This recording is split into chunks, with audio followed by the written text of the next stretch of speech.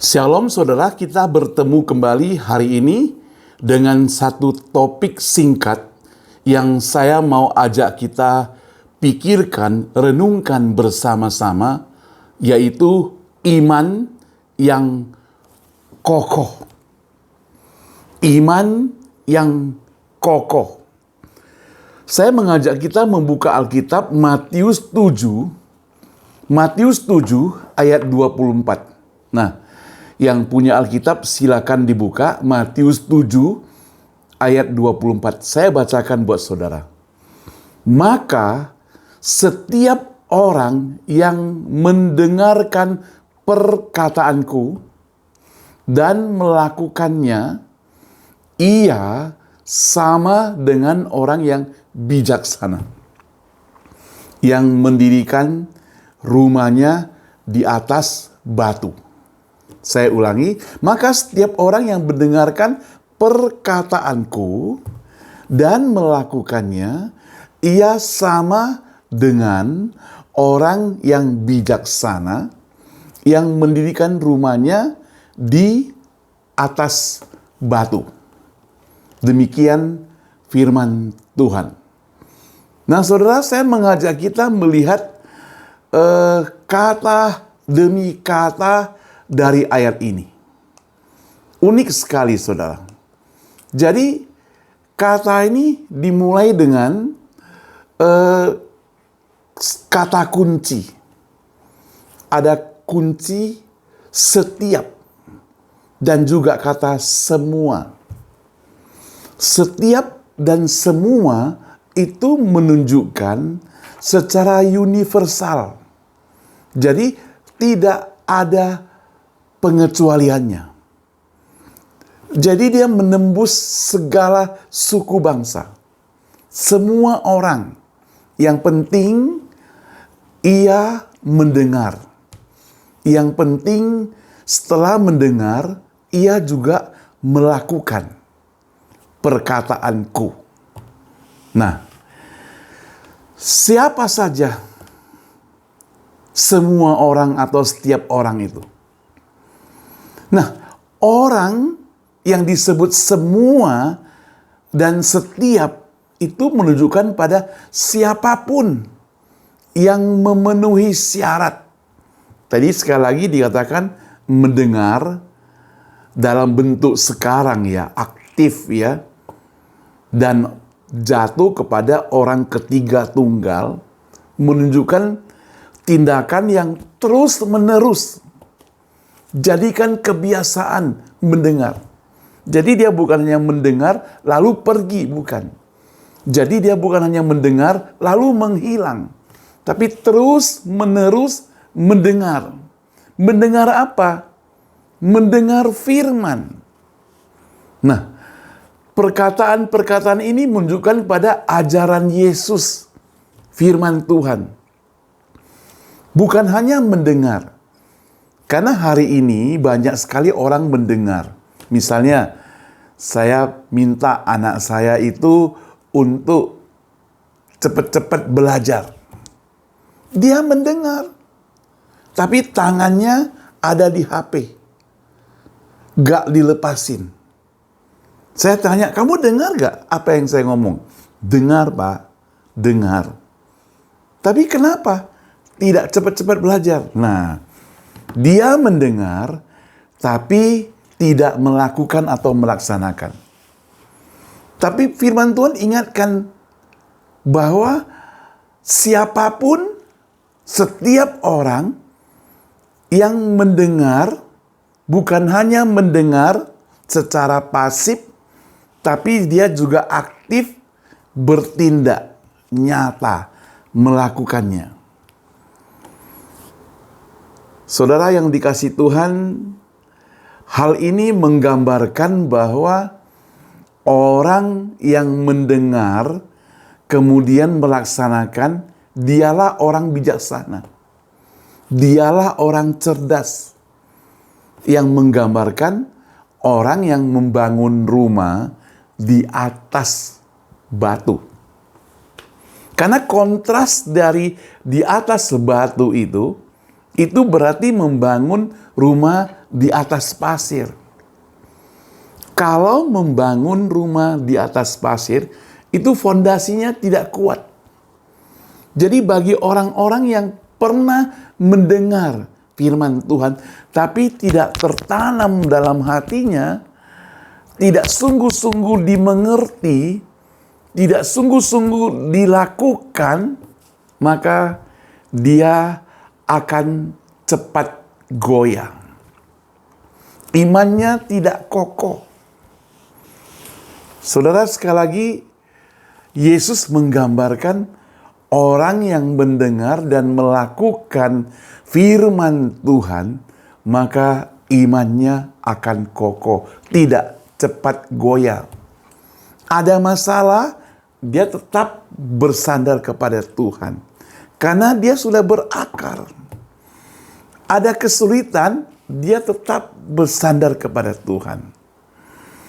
Ada persoalan-persoalan dalam hidup yang menghadapi jalan yang hampir buntu pun, dia tetap datang kepada Tuhan. Dia tidak pernah lupa akan Tuhan. Bahkan dikatakan aktif dan secara terus-menerus. Bukan hanya hari ini dia datang, besok sudah lupa, tidak. Tapi dia datang terus-menerus, datang kepada Tuhan terus-menerus. Itulah orang yang bijaksana, orang yang cerdas, orang yang pintar. Apa yang bisa kita pelajari, saudara?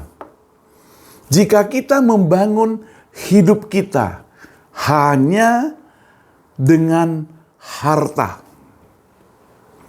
hanya dengan karir, hanya dengan bersandar kepada orang atau perusahaan atau tempat kerja, itu semuanya akan goyah. Sifatnya sementara. Bos yang engkau pikirkan dia begitu baik kepada Anda, yang begitu sayang kepada Anda, yang begitu dekat kepada Anda, yang mungkin itu adalah famili Anda, orang yang dekat dengan Anda, kalau Anda tidak hati-hati melakukan sedikit saja kesalahan, engkau akan disingkirkan. Hari ini di perusahaan, apalagi perusahaan yang besar, dia tidak sulit mencari orang penggantimu. Tidak sulit. Jadi hidupmu tidak bersandar kepada harta yang dunia itu. Tapi kalau engkau mau bangun hidupmu sukses, tetap kokoh beriman, maka bangunlah hidupmu di atas Kristus, di atas firman-Nya. Maka iman yang seperti itu akan bertahan, akan kokoh.